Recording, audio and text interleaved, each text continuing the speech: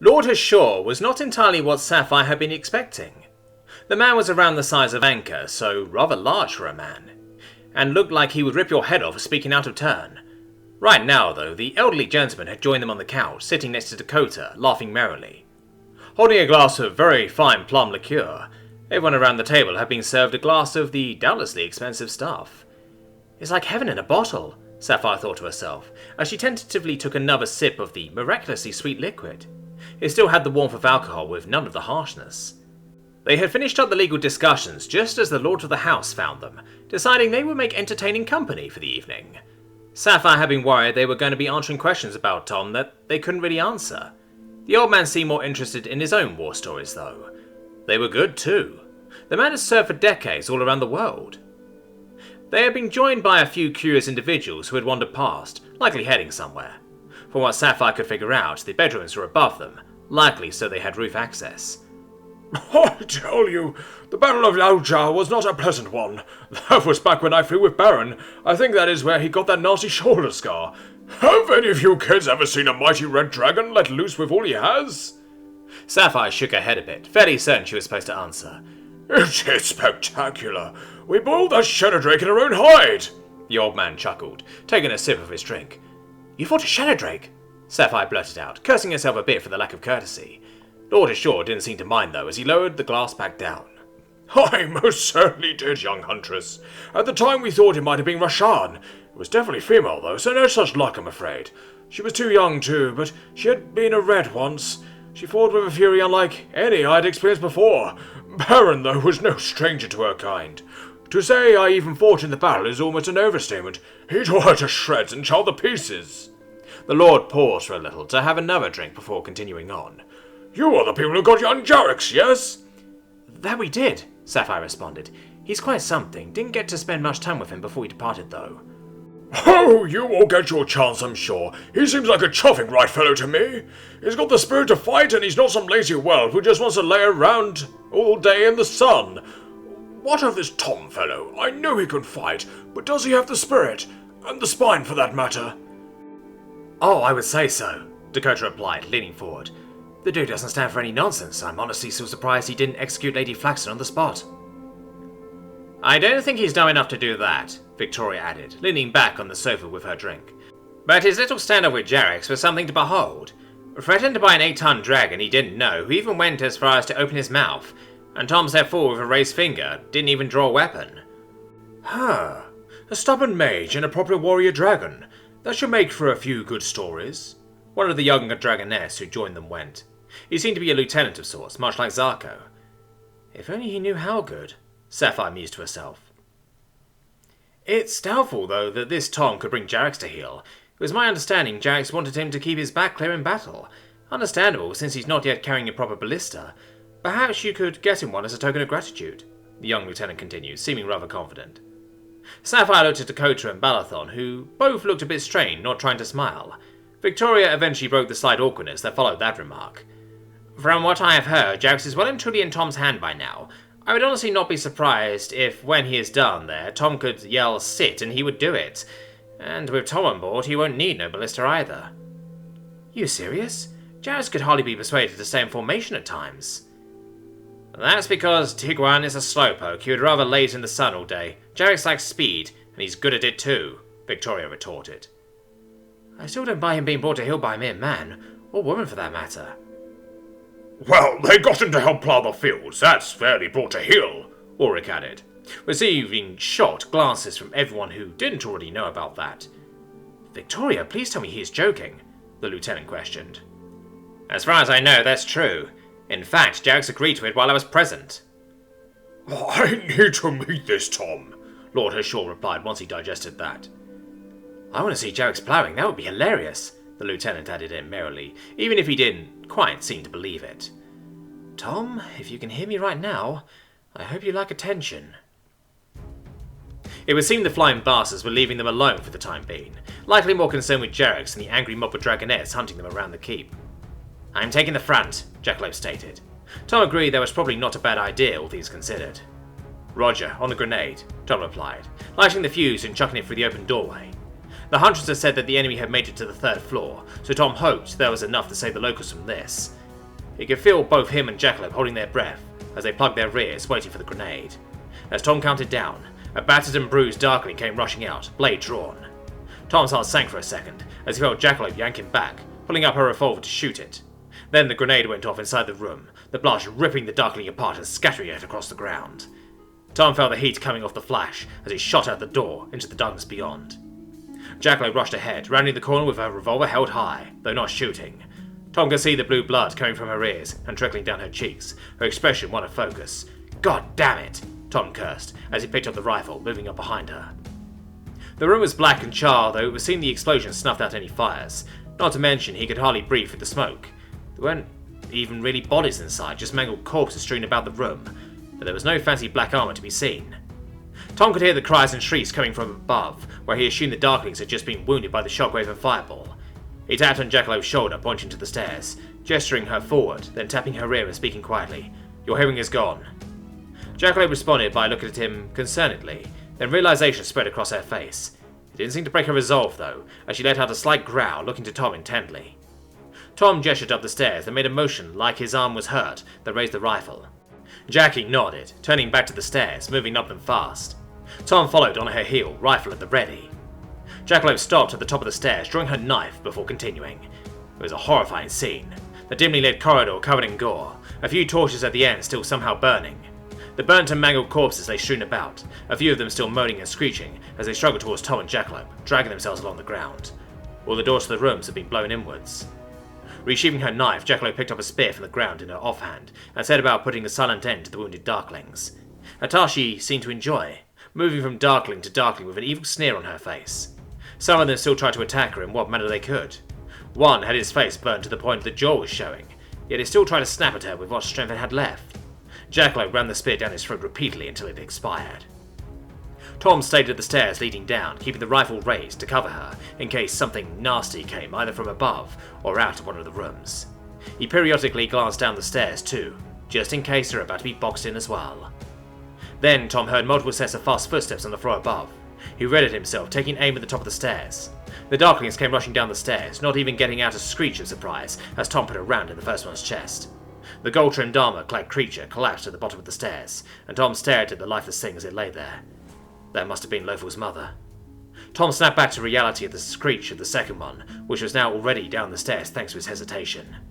He ran the action quickly and put a round through his abdomen, dead center, its legs giving out beneath as the spine shattered. The third one was right on the heels of the second, then another, then another. 6 in total came barreling down the stairs, not stopping for their fallen comrades. Tom just kept firing, and he nailed the third with a headshot as he struggled to get around the corpse of the turned mother, adding itself to the pile. The fourth jumping down the side of the stairs, receiving 2 shots center mass from Jackalope when it landed. And yet they just kept coming. The fifth and sixth, choosing the same route down the side of the stairs and setting off at a sprint down the corridor, mouths agape, letting out that distorted screaming. Tom put a rifle round down one's throat, shutting it up for good, while Jackalope pumped her 4 remaining rounds into the other, the Darkling came to a sliding stop at the feet. Jackalope looked back at him, wide-eyed, the evil sneer from before replaced with horror. Tom looked at the wounded, horrible sounds coming from them as they protested their fates, his eyes falling on the one in the gilded armour.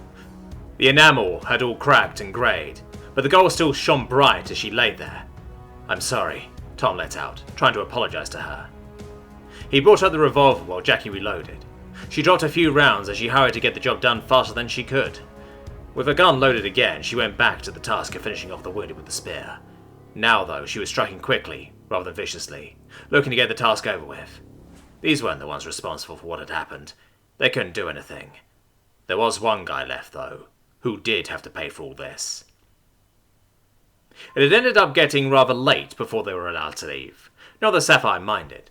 Once they had gotten the legal stuff out of the way, and Viatis departed, it had been a very pleasant evening. They had even gotten an escort home since it was so late, and they had gotten a little enthusiastic with their drinking. Once Lord Hashor found out Dakota was rather fond of good wine, a trait Sapphire was sure the Nook was responsible for, the Lord had spent quite a while detailing his retirement project, being a vineyard outside of town. Then they, of course, had to sample the wares in question.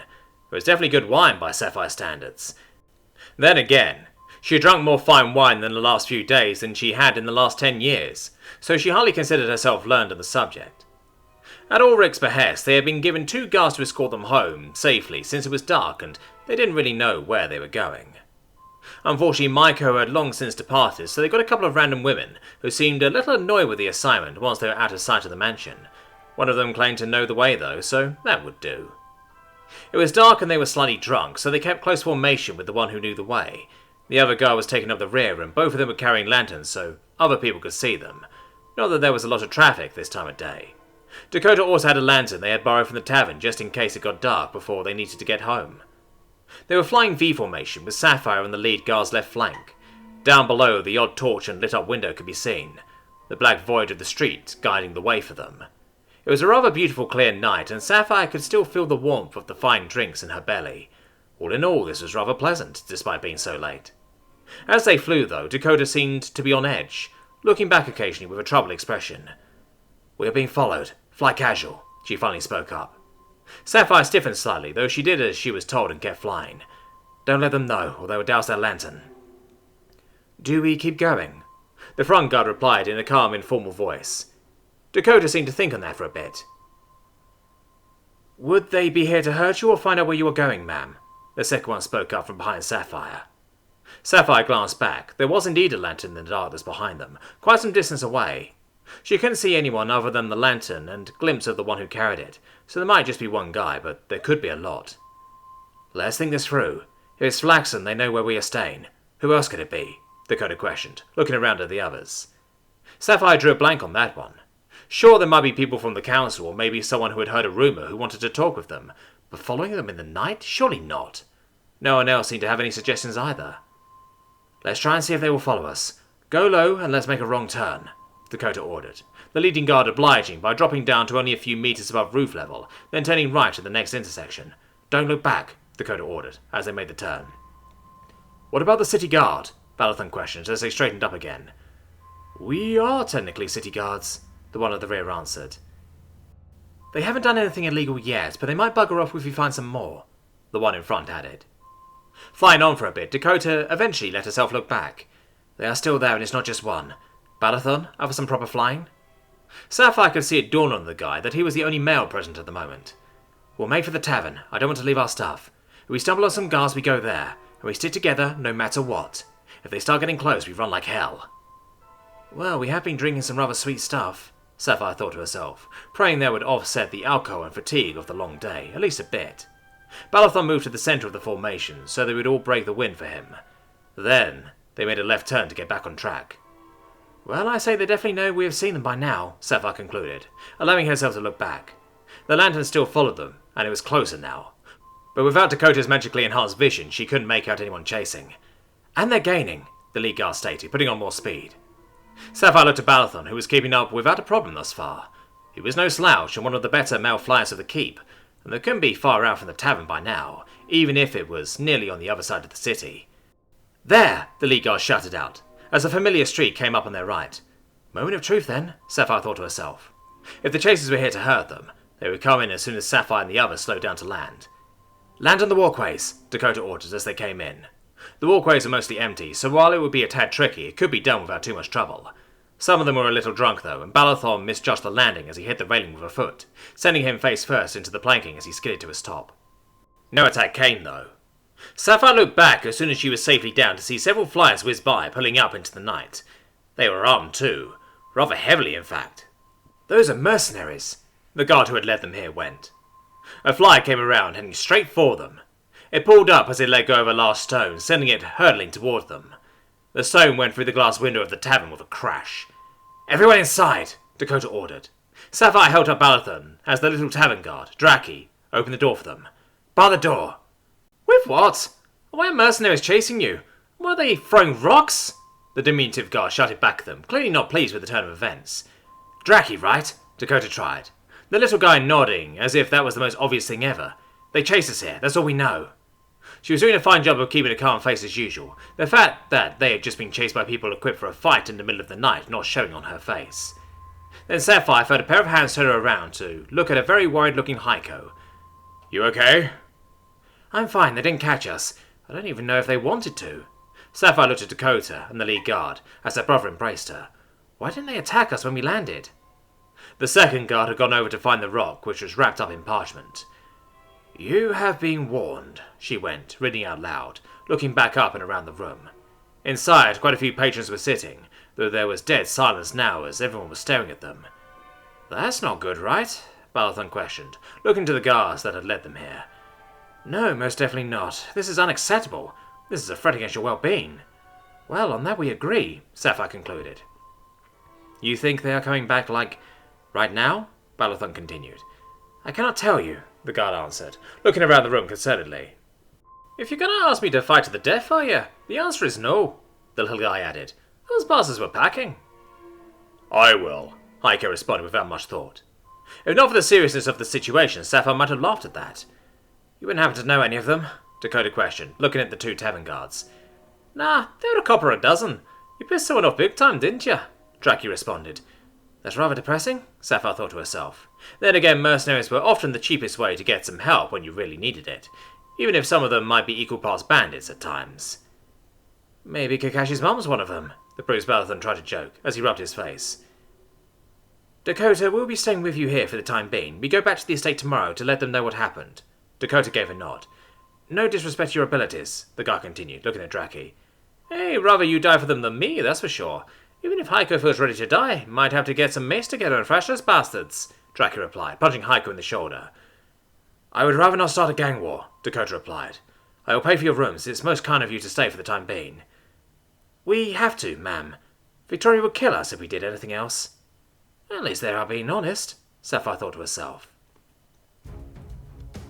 "We have killed both your buddies, all three of those gross bad things, your Valgriffs, and most of your Darklings. Come out now, unarmed, with your hands where I can see them," Tom demanded, shouting up the stairs. He and Jackalope had just finished securing the floor they were on, and he could hear fighting above. He didn't get a reply, though. "We know you can hear us, you piece of shit. Come out now, or I will fold you inside your own arsehole." Not his best insult, but the last one worked rather well. There was no immediate reply, though a deep boom could be heard twice from above. "I don't fall for such lies, you innocent child. You can't even speak properly," a voice responded, with what Tom would definitely describe as false confidence. Success, then, Tom thought to himself, at finally receiving a reply. The voice didn't sound too distant, so Tom guessed he was, in fact, on the floor above them. "Why is that? So far it has been rather easy," he taunted. That was a fucking lie if he had ever told one. He had damn near died, and he had no clue if Zarko made it out of the aerial skirmish that had erupted.